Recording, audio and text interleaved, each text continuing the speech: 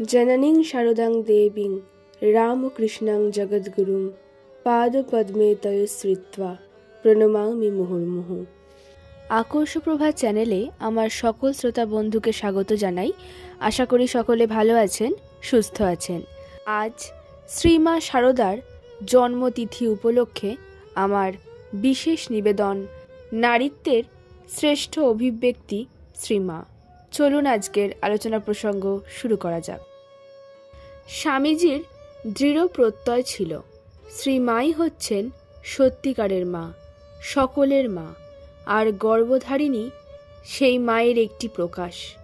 নিজ নিজ জীবনে আমরা আমাদের জাগতিক মায়ের ভালোবাসা, করুণা, আত্মত্যাগ, সেবার যে প্রকাশ দেখি তা ওই জগৎজননী মা শারদারই প্রকাশ। তাই একটি গানে শ্রীমায়ের সম্পর্কে বলা হয়েছে, নিখিল মাতৃহৃদয় সাগর মন্থন সুধামূরতি। এটি উপলব্ধি করাই আমাদের জীবনের উদ্দেশ্য। একবার বিরজানন্দজি এসেছেন জয়রামবাটিতে মাকে দেখতে প্রথমবার। তাই মায়ের যত্ন, সেবা, ভালোবাসা বিশেষভাবে স্পর্শ করেছে তার অন্তর। যখন ফিরে যাচ্ছেন মা, তখন বিদায় দিতে এসেছেন তালপুকুর পর্যন্ত। সেখানে দাঁড়িয়ে যত দূর দেখা যায় ছেলেকে তিনি দেখছেন, তার চোখে জল। বিরজানন্দজি যেতে যেতে মাঝে মাঝে ফিরে দেখছেন মা দাঁড়িয়েই আছেন পথের পানে তাকিয়ে, তারও চোখে জল। এমনই গভীর ছিল শ্রীমায়ের ভালোবাসা। পরে বিরজানন্দজি লিখছেন, মার কথা যা সামান্য শুনেছিলুম তাতে কে জানত যে মা এরকম মা, এরকম করে মন প্রাণ কেড়ে নিয়ে আপনার হতেও আপনার করে নেবেন। বাড়ির মাকে তো খুব ভালোবাসতুম, তিনিও কত ভালোবাসতেন, কিন্তু এ যে জন্ম জন্মান্তরের চিরকালের আপনার মা। ভালোবাসার এই সীমাহীন শক্তির কাছে ভেঙে গিয়েছিল সব ভেদাভেদের গণ্ডি। ধনী নির্ধন, সৎ অসৎ, উচ্চ নীচ সকলের প্রতি তাই এক অফুরন্ত অহৈতুকী ভালোবাসা প্রবাহিত হতো সেই মাতৃহৃদয় থেকে। একবার মা জয়রামবাটিতে আছেন, শরীর অসুস্থ, তার সঙ্গে একজন ব্রহ্মচারী আছেন সেবার কাজে। একদিন হঠাৎ তিনি দেখছেন কালো চেহারার একটি লোক এসেছে। তার মলিন বস্ত্র, বিবর্ণ দেহ, শুকনো মুখ। সে এসেই সোজা মায়ের বাড়ির ভিতর চলে গেল।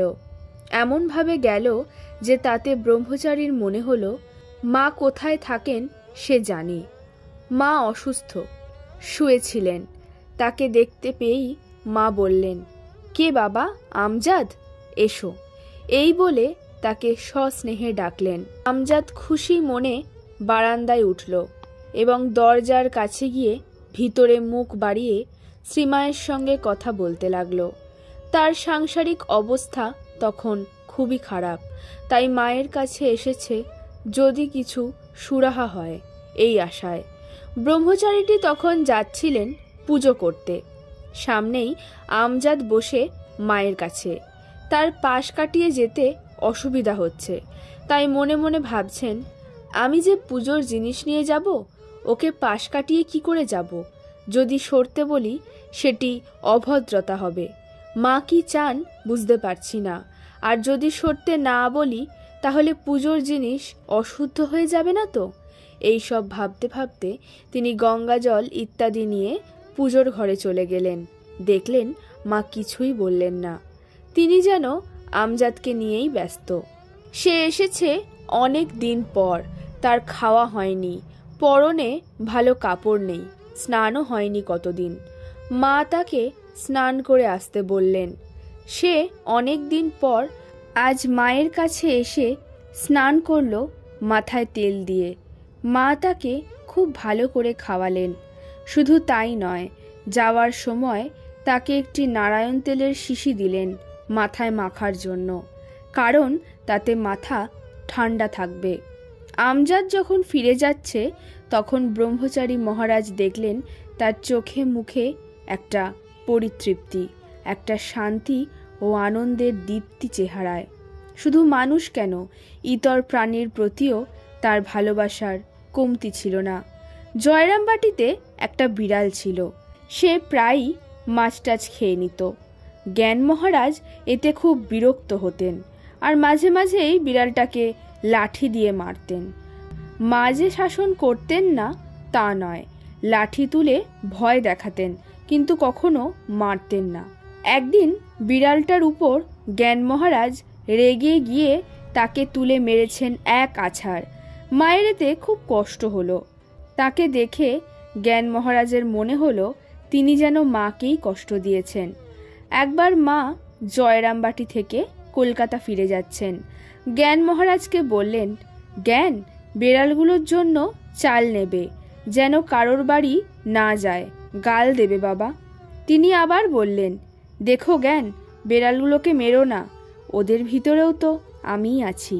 শ্রী মায়ের মাতৃভাব দেশকালের গণ্ডিকেও অতিক্রম করেছিল। স্বদেশী বিদেশি সকলকেই তিনি আপন করে নিতেন। তিনি সেকালের অনুন্নত এক গ্রামের দরিদ্র ব্রাহ্মণ ঘরের মেয়ে ছিলেন, কিন্তু তার চিন্তাধারা আচার ব্যবহারে ছিল এক অদ্ভুত উদারতা।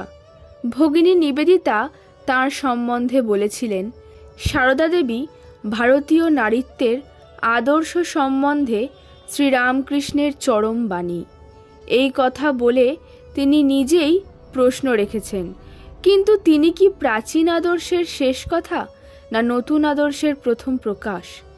শ্রীরামকৃষ্ণের জীবনে প্রস্ফুটিত হয়েছে প্রাচীন ও নবীন আদর্শের সুসমন্বয়। মায়ের মধ্যেও কি ছিল সেই আধুনিকতা? মায়ের অসামান্য জীবনের দিকে তাকালে আমাদের সেই কথাই মনে হয়। স্বামী বিবেকানন্দ পাশ্চাত্যে যাবেন কি না ঠিক করতে পারছেন না। ঠাকুর দর্শন দিয়ে সমুদ্রের ওপর দিয়ে হেঁটে যেতে যেতে ইশারায় তাকে ডাকলেন, তাও স্বামীজি মন ঠিক করতে পারলেন না। শেষে মাকে জিজ্ঞাসা করলেন, যদি মা বলেন তাহলে তিনি যাবেন। মা সানন্দে সম্মতি জানালেন। সেই সময় বিদেশ যাওয়ার এত প্রচলন ছিল না। কালাপানি পার হলে হিন্দু নাকি তার জাত ধর্ম সম্মান সব হারিয়ে ফেলত, আর মা তাকে নির্দ্বিধায় অনুমতি দিয়ে দিলেন। সেই যুগে দাঁড়িয়ে আমরা একথা হয়তো কল্পনা করতেও পারতাম না, কিন্তু মায়ের ছিল এমনই স্বচ্ছ ও আধুনিক দৃষ্টিভঙ্গি। আমরা যদি শ্রী মায়ের জীবন অবলম্বন করে নিজেদের জীবন গড়ে তুলি, তাহলে আমাদের জীবন ধন্য হয়ে যাবে। শুধু আমরাই এতে উপকৃত হব না, সমাজও এতে উপকৃত হবে। শ্রী মায়ের আদর্শ জীবন আমাদের সম্মুখে আছে। আমরা তার চিন্তা বা ধ্যান করলে নিজের অজান্তেই তার চরিত্রের মধুর গুণাবলী আমাদের মধ্যে প্রবেশ করবে। আজকের ভিডিওটা এই পর্যন্তই। ভালো লাগলে অবশ্যই লাইক করবেন, কমেন্ট করবেন, বন্ধুদের সাথে শেয়ার করবেন। আকর্ষপ্রভা চ্যানেলের পাশে থাকতে অবশ্যই চ্যানেলটি সাবস্ক্রাইব করে রাখবেন। ফিরে আসবো পরবর্তী ভিডিও নিয়ে। আজকের মতো ধন্যবাদ।